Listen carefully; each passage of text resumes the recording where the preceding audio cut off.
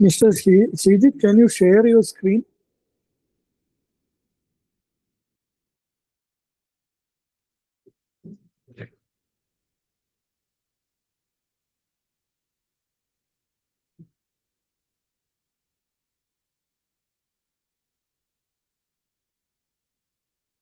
Mr. Sreejith is available? Yes, I will Yes. share. Yes, please. Maybe you can put the one screen.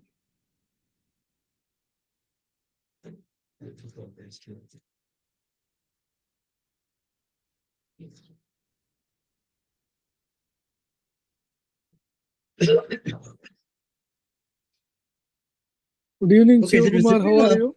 It is visible. Sir, good evening, sir. I'm good, sir. Fine, fine. How are you, sir? Fine, fine. Yes. You can keep it in full screen mode.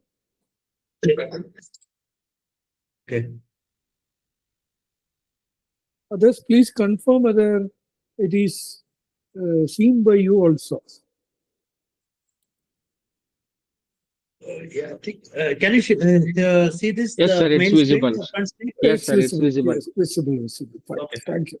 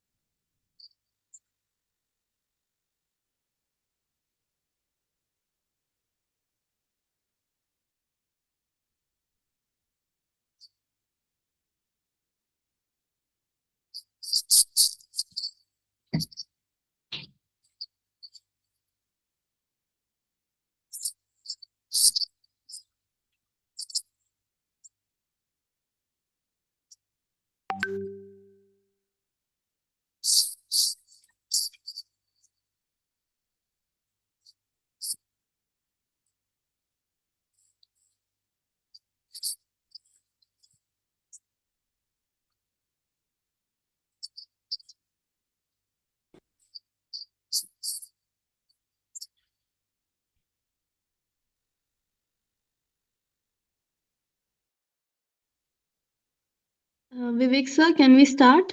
I can start.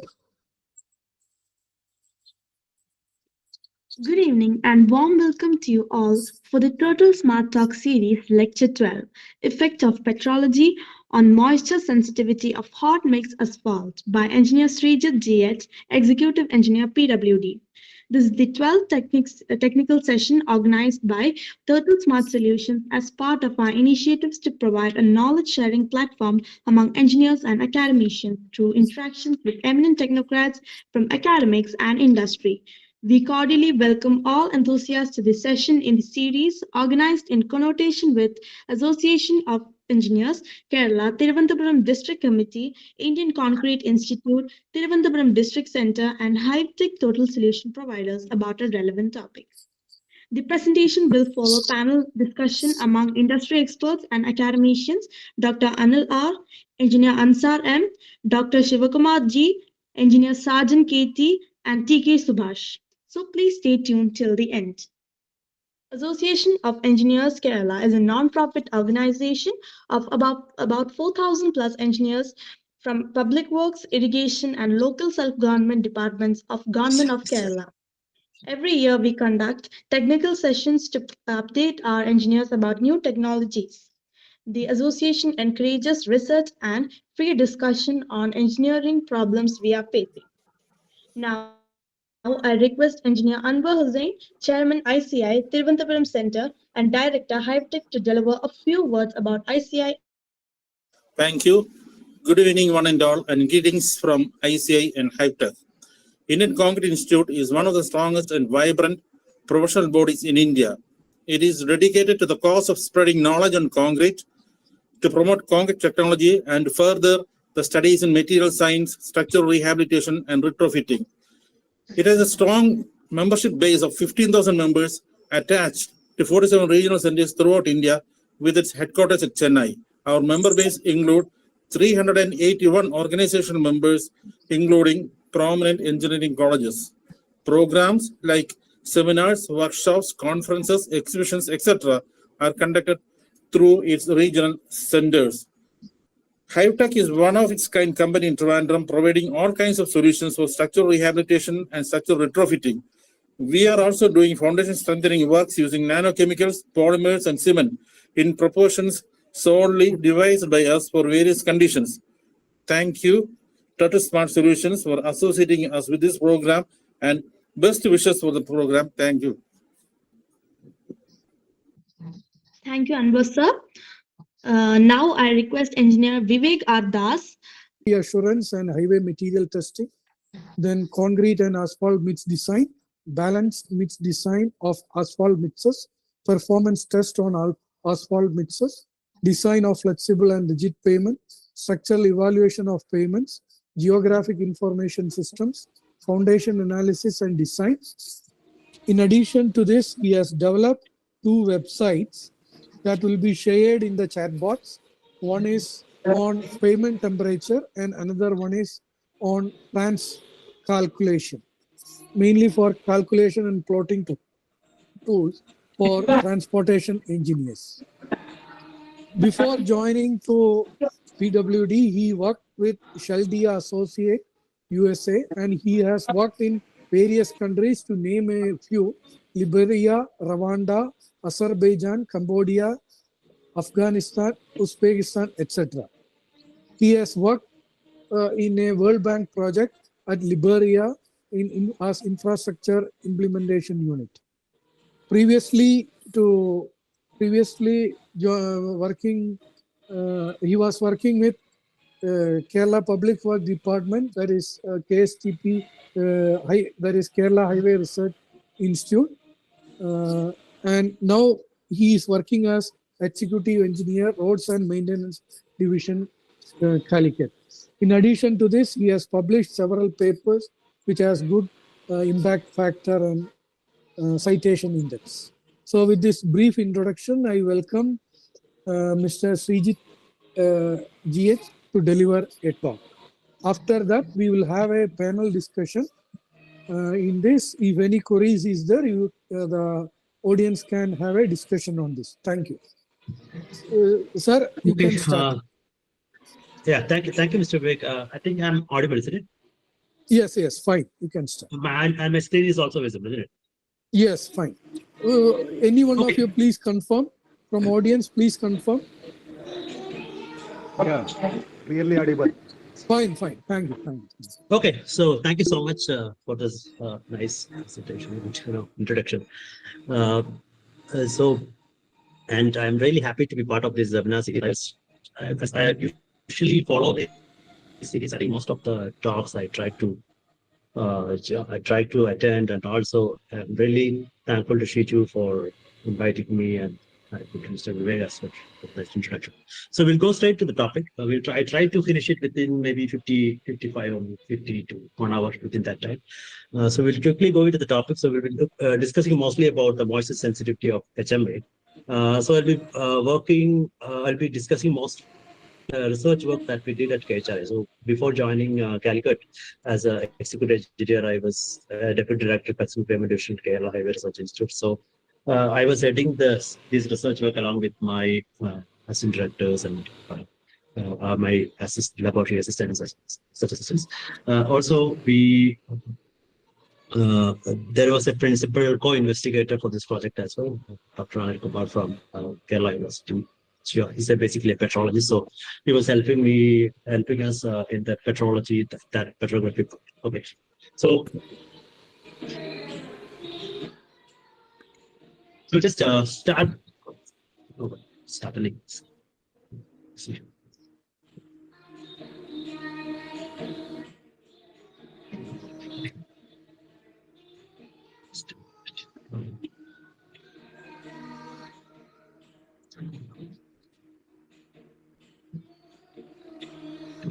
It is changing. Let me see.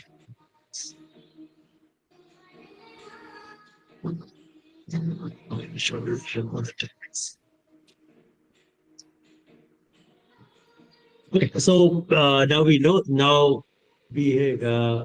we know the situation of our roads. Now our roads are in Kerala are prone to severe pavement distress and they get damaged immediately after heavy spell of rain. This is what we have been seeing over the recent years, And of course, there are many reasons which has been attributed to this. Probably many will say because of the bad quality of construction, the bad quality of materials, and then there are many quarters who says that it is because of the frequent and heavy rainfall of the region. So there are many reasons attributed to it. Frequent and heavy rainfall is one of the major reasons attributed to this scenario that we are facing. So Kerala being a region with high rainfall and tropical climate, obviously HMA pavements are subject to significant moisture exposure, and hence moisture susceptibility is, of course, is a matter of concern. So what was more concerning was, whenever I was from 2020 to 21 end onwards, I was mostly in Kerala. Before that, I was working abroad on different projects abroad as part of as a payment and materials engineer at Shaladi Associates. It's a US-based firm. So I was working all over the world. So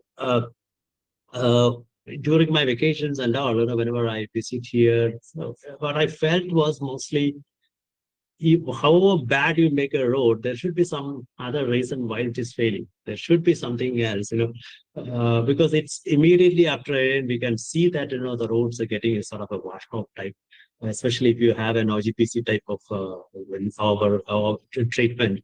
Immediately after a rain, we can see the raveling happening, and within a few days, we can just start to see potholes and all, just like wash off. So I was just wondering, what might be the reason. That was actually the trigger. When I joined in August 2022 in KHRA, we thought, okay, we'll work on it. We'll try to find out the reason, or in a more what you call in geology, we find out, try to find link geology to this. So that's how we started for this. So before we go into the details of this research project, we'll just have a few slides. We'll just brief about this chemistry of the bitumen aggregate interaction. Then we'll go into the main topic of discussion, that is our research work. Okay. So moisture damage in HMA, hot mix asphalt pavements, you know that it can be attributed to various causes of mechanism. So adhesion failure between bitumen and aggregate is commonly not strictly, as we all know. Then there might be a cohesion failure within bitumen and cohesion failure within them. So mostly what we are looking at is basically the adhesion between the aggregate as well as the bitumen, as what we call it as stripping. So we are mostly focusing on that aspect here. Now, when we consider the chemistry of bitumen aggregate interaction, of course, there are two materials that we are looking at. One is bitumen and the other is aggregate. So as we know, bitumen is a mixture of many compounds, and mostly very complicated hydrocarbons is a mixture of many hydrocarbons. So we know that there are both acidic as well as basic organic compounds in bitumen. So when you say acid values, so acid value is a measure of the amount of acidic compounds in bitumen expressed in terms of milligrams of potassium hydroxide per gram of bitumen. So generally speaking, acid value of bitumen is generally higher than its base value. That means in most cases, bitumen is generally considered acidic, meaning that if there is a net excess of acidic compounds compared to basic compounds. So that's about bitumen. So bitumen is generally considered a bit slightly acidic. Now, when you come to the aggregates part, so as we know, the surface of aggregates, it can be both weakly acidic or basic in character, depending on the composition. So, for example, if you look at marble, limestone, dolomitic limestone, and all, they have a high percentage calcium carbonate. So it will give a weak basic character to its surface. So on the contrary, when you look at quartz, granite, etc., they have a high percentage of silicon dioxide in them, which will give them a weak acidic character to its surface. So just to sum it up, we can say that the surfaces of siliceous aggregates are considered weakly acidic, while the surfaces of calcareous aggregates are generally basic. So when we talk about bitumen, we consider it as slightly acidic, and when you consider aggregates as such, based on its composition, it can be considered as a weakly acidic or weakly basic in nature. Now, coming to ascertaining the acidity or basic nature of an aggregate, generally geologists or petrologists consider the structural alkaline silicate diagrams. This is called the TAS diagram. So it's basically a scatter plot of chemical concentration of silicon dioxide in a particular rock. So whatever rock, we try to find out the chemical composition of that particular rock, and we try to plot the silicon dioxide on the x-axis and then the total alkali that is the sodium oxide plus potassium oxide concentrations on the y-axis, and try to once make sort of a plot and then find out what type of rock it is. And if you can see in the top part, we can see that around, if you're having a higher, around 63% more acidic, it's considered acidic. About 52 is about 52 to 63 is considered intermediately acidic, and above less than 52, it's basic to ultra basic in nature. So basically, this is how the petrologists try to classify the aggregates on acidity and all. So this is the same task that we are also using in our project. Now we have considered bitumen and aggregate separately and try to find out its acidic or basic nature. Now, when you come to the bitumen aggregate mix, that's what we are looking at. So when you suppose, for example, we are looking at a basic aggregate such as limestone. So once we mix limestone with the bitumen, so obviously limestone can react with the acidic components of bitumen to form a chemical bond. On the other hand, when bitumen, which is slightly acidic, is mixed with the siliceous aggregate, slightly acidic, that is maybe granitic type of rock, then what happens is no chemical bond is actually formed between the two. Even with no bond formation between the bitumen and aggregate, the aggregate will still coat. Aggregate will still coat with the bitumen because we are giving heat and mechanical force during the mixing. Thus, bitumen coats the aggregate due to the mechanical mixing action. So what lacking is then that chemical bonding is lacking. So this is actually all these literature part. This is actually taken from this Asphalt Institute book MS-24. It's nice, very nicely written, very brief, very small, but all those whatever research findings till now, it has nicely consolidated. So all these statements are actually coming from this book. Now, when you consider the stripping, so once we mix aggregate with bitumen, so there is a chance of stripping. So stripping can be considered as a process by which the bond between bitumen and aggregate is broken by that. So now when water reaches the interface between the bitumen and aggregate, where there is no chemical bond, that in this case we are talking about some sort of an acidic type of aggregate, the water will displace, obviously, or strip bitumen from that itself. So mostly literatures say studies indicate that the bitumen and water you get in contact with the aggregate through an osmotic procedure. So osmotic process. So that's how it gets into contact with the aggregate. Once it gets into contact with the hydrophilic aggregate, obviously it will start displacing or stripping out the bitumen, and then we enter a sort of a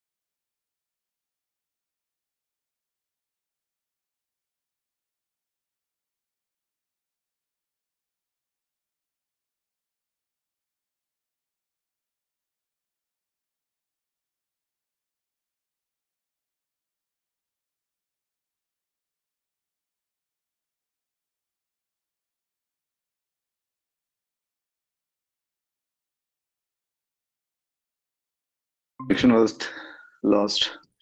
Yeah, connection is lost. They will restore. Okay, let us wait.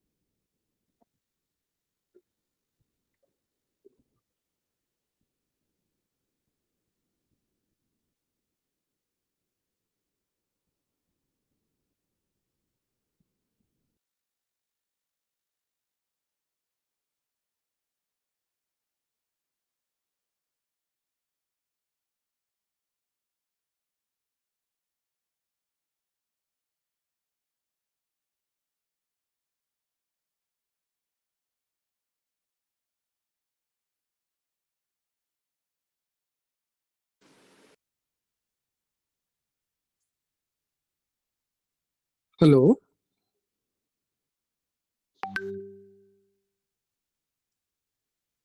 Turtle, can you check with Mr. Sreejith?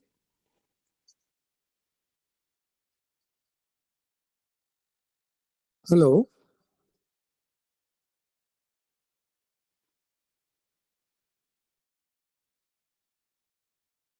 Hello. Hello, sir. Vivek, sir. Can you check with Mr. Turtle? Sir, Uh, maybe something is happening, sir. Many of them are leaving, many of them are joining. okay. How are you, sir? Fine. Some live sharing on YouTube is also there, I think. Okay. Yeah, Good. it's Let me check with Turtle. 1 minute.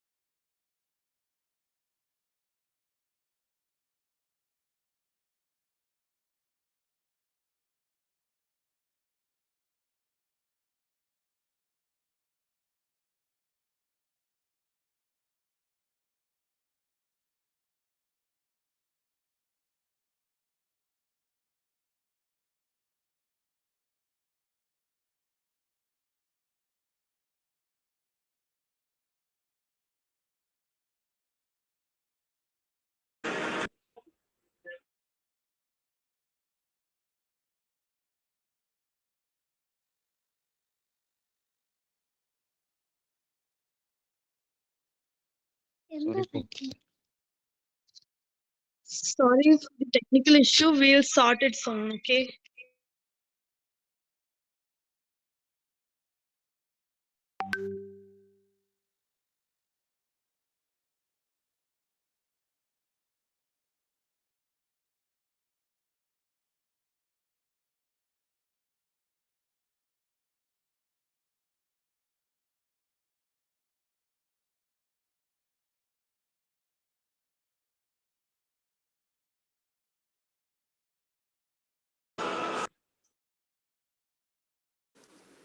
I think there is a small technical error.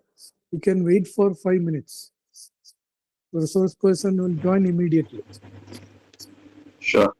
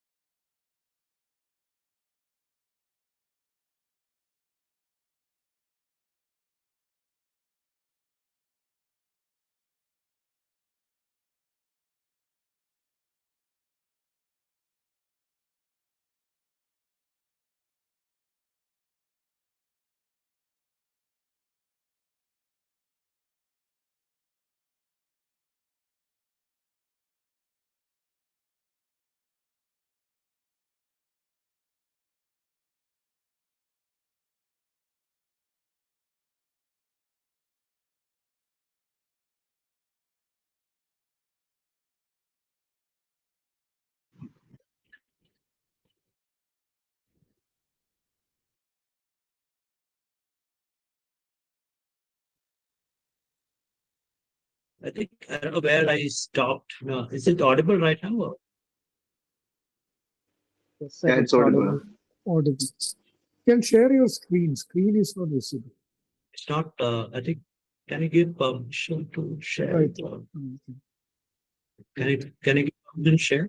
Wait.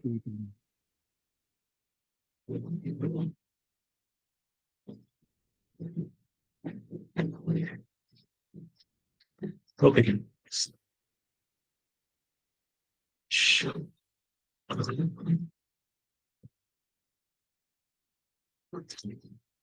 So is it visible now? Yes. Yes, sir. Okay. So actually, where did we stop? That was the last slide that we were discussing. I don't know. Shiji was there mentioning I stopped. Moisture sensitivity. I mean, which slide Next you one. can remember? Next one. Next one. Next one? Yeah, next one. This one. This one. No, sir. This one. Okay. This one is finished, isn't it? Yes. Okay. Up to this one. Okay. Then I need to continue with the next one, isn't it? Yes, sir. Okay. Okay. Okay, Shiju, if you are listening and if there is any issue, please send me in WhatsApp a message. Okay. Because I'll be putting it the full screen. So This is clear. not aware that- No, this is clear, Sreejith. From this point, I think you can continue. Oh. So I was just mentioning that, whatever these phrases, these comments, I mean, whatever that I have quoted is coming from this publication from Asphaltby Institute. Now, when you talk about the stripping mechanism, as you know, stripping is a process where the bond between the bitumen and aggregate is broken by the action of water. So when water reaches the interface between bitumen and aggregate, where there is no chemical bond, especially, the water will displace or strip bitumen from the aggregate surface. So generally, through an osmotic process, water will just penetrate and through the bituminous layer. And once it gets in contact with the hydrophilic aggregate, obviously it has more affinity towards water, and then the vicious cycle will start, and then the paper will start disintegrating.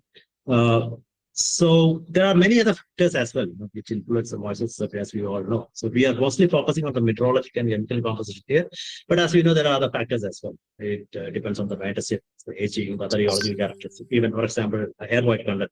So if you have more air voids, then probably there's more chance that water will enter to the mix, and then there is more susceptibility to moisture. And the local site conditions, climatic and climate site conditions as well. Condition is having more frequent rainfall, probably there will be more erosion. So, a lot of factors, but in here we will mostly focusing on the meteorological and chemical parts. Now, these are the basic objectives that we did as far as the study is concerned. So, the objective was to conduct studies on the petrological part, because generally what I found was there is some sort of that linkage is not proper there. We do engineers do their tests based on these engineering properties, and then there is no connect between whatever is the petrology part. So we wanted to have a connect between whatever the geologists, that is with the petrology. You need to study the petrology first, and then we continue with our typical or most common engineering tests as far as moisture susceptibility is concerned, and then to propose possible solutions to prevent the moisture damage. Now, we did this study in two phases. First one for the southern districts, and the phase two is right now going on for the remaining districts. The study approach, as I mentioned, the first step was to identify the major rock quarries for HM aggregates throughout the state. So we sought the help of Department of Mining and Geology, Government of Kerala. So they gave a letter, they issued a letter to each district geologist, and they were really helpful in actually finding out the major quarries and then to go there and collect the samples. So that is really helpful. And second, the petrology examination, as I mentioned, was our co-investigator was Dr. Kumar. University of Kerala. So the petrography part was actually done by University of Kerala. So we collected samples and also did the thin section analysis, the petrographic. Mr. Sreejith, your the slides are not moving, and you can put in slideshow mode. No, I just did it. It's not moving. Yes, sir. It was stuck. Now it has come to the. Now it has come. Yeah, fine. But you put it But- to full screen mode, sir. Slideshow. Slideshow. Just a minute. Right now it's moving. Yes, yes. It's moving now.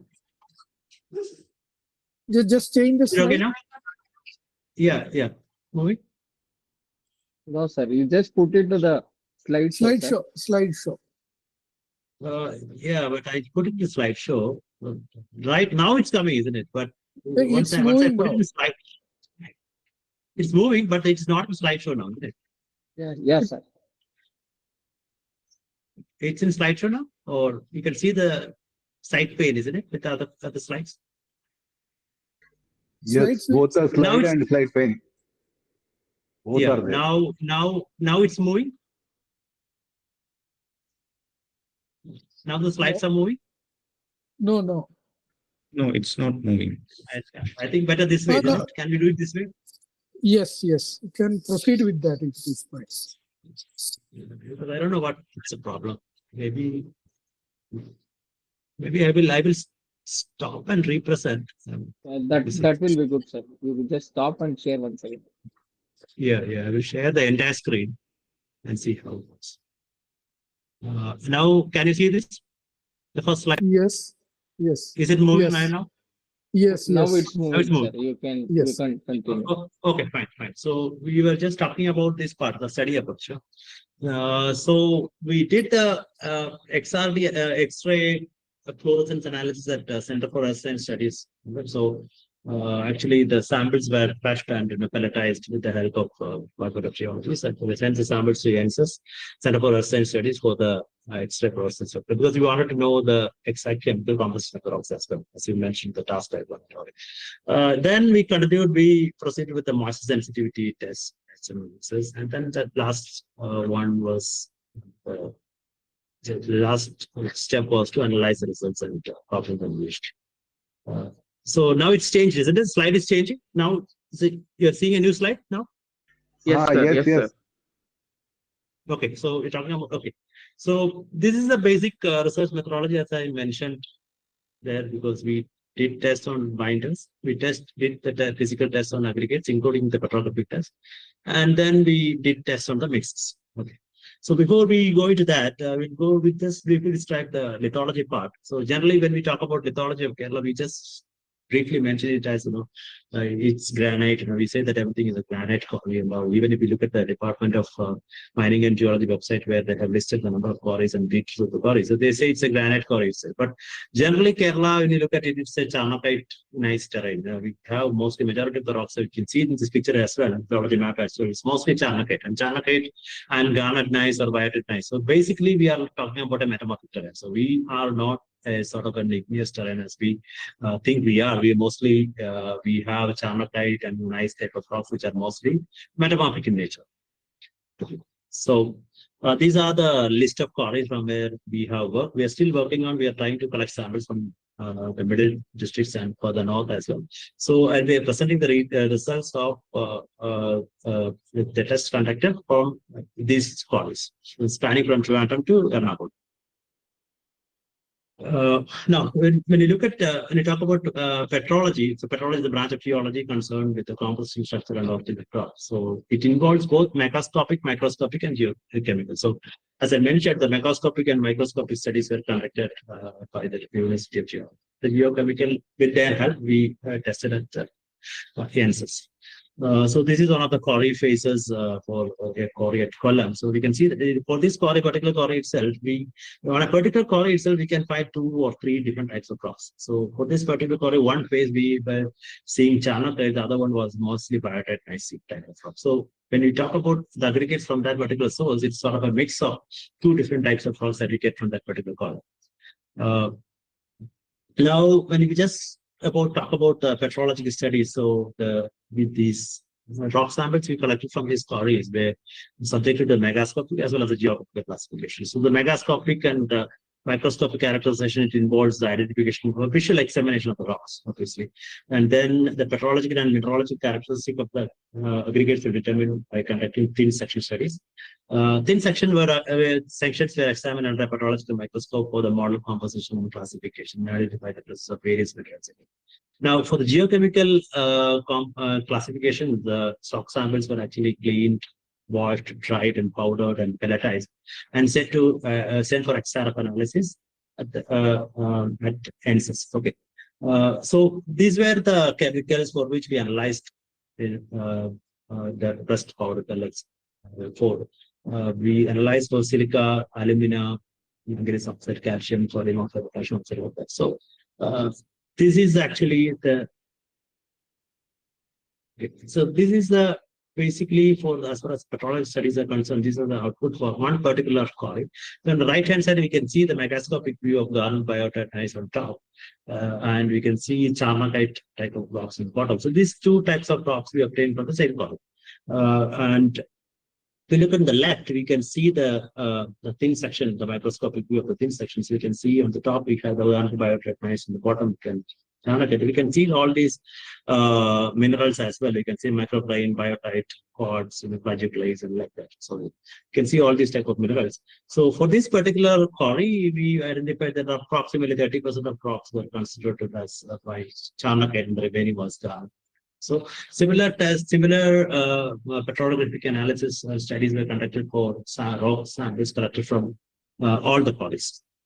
Okay, and then of course for the chemical composition, we send it for to XRF analysis, and this is a result for as far as for particular quarry. This is one of the for the column quarry that you are mentioning. So we got two different types of rocks, and this is the chemical composition that we obtained as far as XRF. So we can see that the silica content up to silica content, potassium oxide, sodium oxide content are for. Even though it's more or less similar, petrologically speaking, it is actually, it constitutes two different types of rocks. So based on that, we prepare the task diagram. So we have mentioned that the task diagram divides the rock into ultra basic, intermediate, and acidic from the base of silica content. So the chemical data, that is the sum of sodium oxide and potassium oxide content, and the silica content are collected directly from this XRF analysis, and then we come up with the task diagram like this. For this particular rock, we can see that it is in the acidic region, and then we just add up the sodium and potassium percentage with and try to plot it against the silica percentage, and this is where it gets plotted, and this is something we consider it as a acidic type. So similar exercise were done for all the rocks and samples collected from all the quarries, and this is the table which gives you, we collected almost 19 samples, and this is what we got for as far as the silica content and all the regulars. So so this is basically the same data displayed in a different manner. So we can see of all the rocks, mostly except for one, are in the intermediate acidic nature. So whatever samples we collected up till Ernakulam, we are getting that almost 90-95% actually. Most, I would say 80 out of 90. This is more or less in on a marginal, and is considered, can be considered intermediate to time acidic in nature. So this is the task diagram for all the 19 samples. So we can see except for this one, which is in this Gabro region, all the others are considered acidic determinant acidic in nature. So that's the results that we got from the geochemical. Now we come to the engineering part, that is our moisture sensitivity test. So as we know, there are two different moisture sensitivity tests. We can do it on loose mixes as well as in combined flexible mixes. Loose mixes that we usually, that IS641, that is static immersion test, that's the one that is given just to put it in water for 24 hours like that, just and find out qualitatively whether it's sensitive. But this test actually is a discontinued standard from, I think, before 2008, which has been discontinued from the STM as well. But still, somehow IS is maintaining that, and more is continuing to use that IS641. Then another